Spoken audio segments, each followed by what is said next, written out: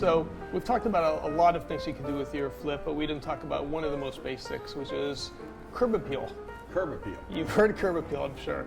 No, I've not. Yeah. That's why I'm here with you, Harvey. I don't know the curb appeal. What does that All mean? right, you drive up to the house. Right. You look at it and you go, I love that curb. I hate that house. Look at So it's not actually the curb my we're talking about. wife- You're on the curb looking at the house. I go to a house. Got it. I Okay. look at it. I look at the lot. I look at the location. Right. My wife looks at it and goes, "Oh, we can't get this out." Well, why?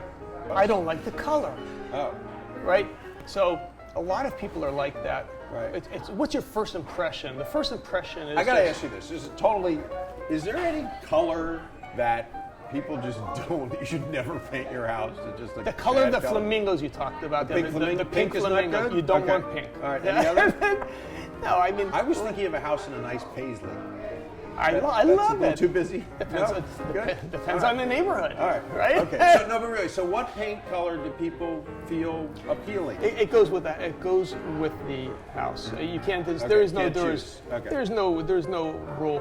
It's just when you go to the front and you look at it. I saw one house that one of my clients purchased, and the house looked awful. But there was a ficus tree that it must have been 80 feet high. You couldn't see the house from the front. Right. It was horrible. The tree was removed. And by the way, ficus trees are very, very invasive. The root system is one of the largest. It can actually go right through a foundation. Wow. So they removed You the know tree. an amazing amount of things. I do. A ficus tree goes right to the roots of your house. The ficus tree roots, if you plant I one, have a ficus tree. I have to go. Okay. So I'll if stay. you plant a ficus tree within a couple of feet of your home, Right. you can be sure the roots are really screwing up your foundation. Got it. Okay. All right. He removed the ficus tree, and all of a sudden there was a blank canvas to work with.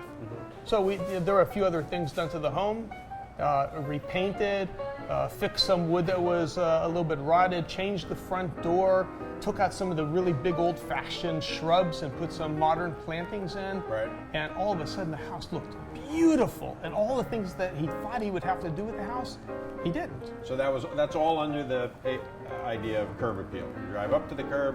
It's appealing to me. I want to buy it. Everybody has what they consider to be the ugly house in their neighborhood. Right. But most of the time, changing the looks of a home is really a smart way to add value to I always your thought home. dynamite could be very helpful. Dynamite in certain circumstances, maybe. Yeah. Okay. But what you're saying is small changes could revolutionize. Small what it looks like. changes. If you have a scraggly yard and you have something blocking the entire home, Right. and you've got old-fashioned plantings, the house just looks dated. It looks. You can change that entire, and it doesn't cost much. If there's a big sign in the house that says "I like Ike," that would make it dated, right? it with the orange shag carpeting. Yes, and the pink flamingos. Isn't that funny? Orange shag carpeting used to be big.